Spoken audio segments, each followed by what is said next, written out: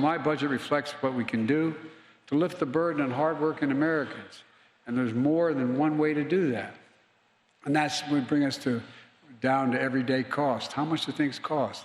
It's not just whether inflation. We brought down inflation 7 months in a row. We're going to whip it.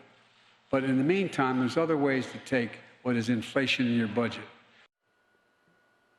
That was President Biden yesterday claiming that his massive $6.8 trillion budget will help bring down inflation and help ordinary Americans. Republicans are slamming the proposal, which includes more than $5.5 trillion in tax increases over the next 10 years. Joining me now is Utah Congressman, member of the House Permanent Select Committee on Intelligence, Chris Stewart. Congressman, it's good to see you this morning. Thanks very much for being here. Your reaction to President Biden's budget?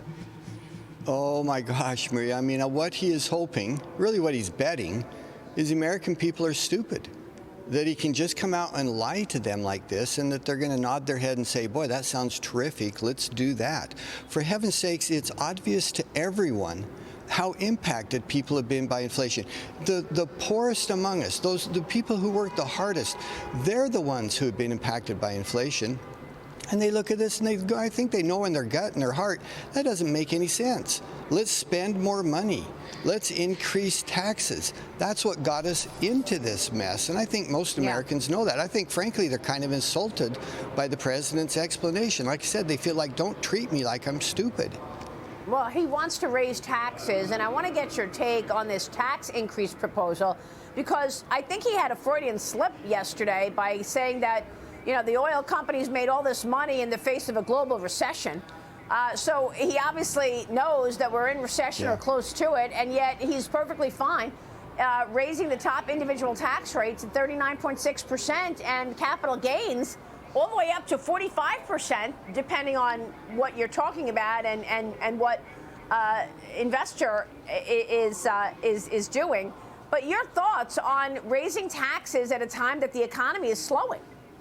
Well, a couple of things. Number one is, it used to be the Democrats could say we're going to raise capital gains because they thought, well, only the rich, would be affected by it. Only the rich invest in the stock market. That's not true anymore. The vast majority of Americans have their 401ks invested in the market somewhere. They're the ones who are going to pay that capital gains. And once again, they know they're going to be impacted by that.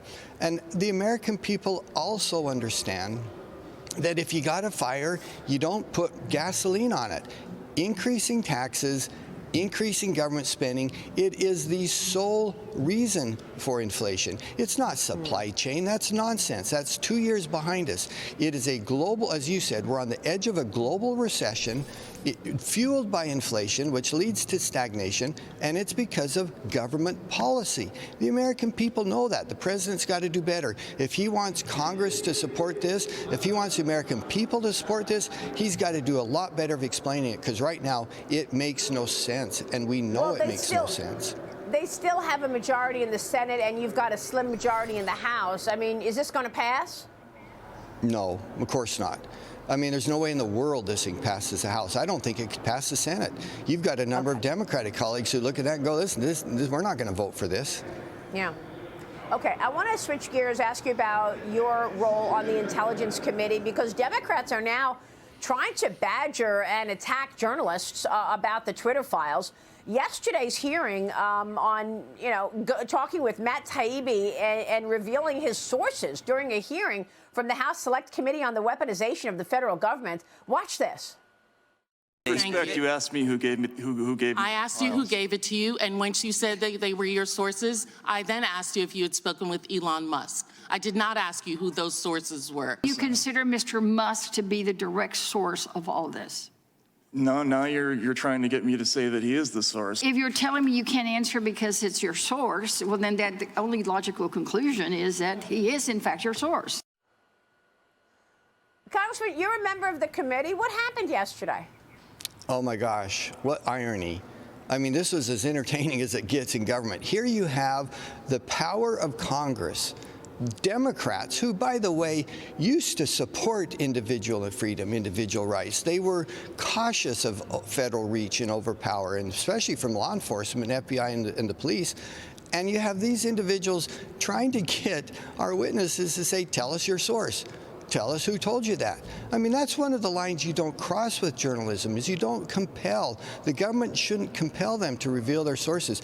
But Maria, that's not the only irony. For heaven's sakes, it was hour after hour of this idea that the Democrats are going to say, yeah, we don't care about individual freedom. We don't care about your right to express yourself. We're okay with the federal government going to a private company and saying, well, we can't do this. It's illegal for us to suppress freedom of thought, freedom of expression, but we want you to do it for us. And here's the people.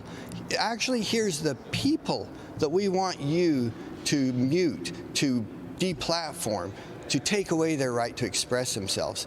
It was, as I said, rich with irony all through that 2-hour hearing yesterday. Wow, that is just extraordinary. Congressman, thanks very much. We're going to keep a spotlight on this one for sure. Chris Stewart joining us this morning.